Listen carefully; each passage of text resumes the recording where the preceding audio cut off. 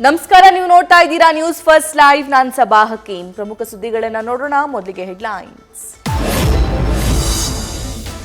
ರೇಣುಕಾಸ್ವಾಮಿ ಕೊಲೆ ಕೇಸ್ನಲ್ಲಿ ಸರೆಂಡರ್ಗೆ ಮೊದಲೇ ಸಿಕ್ಕಿತ್ತು ಸುಳಿವು. ಮೂವರು ಶರಣಾಗೋ ಮೊದಲೇ ಆರೋಪಿಗಳ ಸುಳಿವು ಹಿಡಿದಿದ್ದ ಕಮಕ್ಷಿಪಾಳ್ಯ ಇನ್ಸ್ಪೆಕ್ಟರ್ ಆ್ಯಂಡ್ ಟೀಮ್.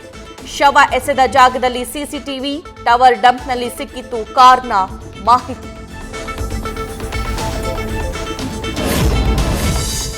ಶವ ಎಸೆಯೋದಕ್ಕೆ ಬಂದಿದ್ದು ಒಂದಲ್ಲ ಎರಡು ಟೀಮ್.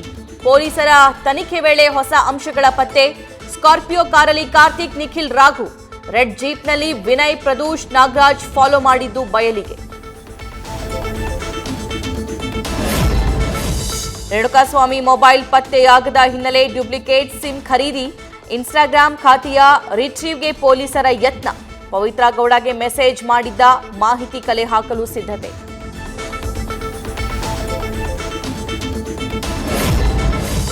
ಮನೆ ಊಟಕ್ಕೆ ಹೈಕೋರ್ಟ್ನಲ್ಲಿ ಅರ್ಜಿ ಸಲ್ಲಿಸಿ ಪೇಚಿಗೆ ಸಿಲುಕಿದ್ರ ದರ್ಶನ್.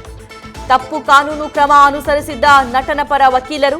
ಮತ್ತೆ ಮ್ಯಾಜಿಸ್ಟ್ರೇಟ್ ಕೋರ್ಟ್ಗೆ ಈಗ ಮನೆಯೂಟದ ಅರ್ಜಿ. ದರ್ಶನ್ ಮಾಡಿದ ಎಡವಟ್ಟುಗಳೇನು?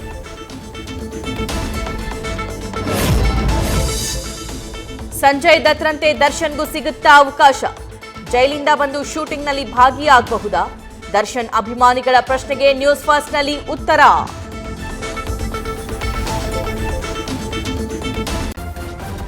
ನ್ಯೂಸ್ ಫಸ್ಟ್ ನಿರ್ಭೀತಿಯಿಂದ ನಿಮ್ಮ ಪರವಾಗಿ.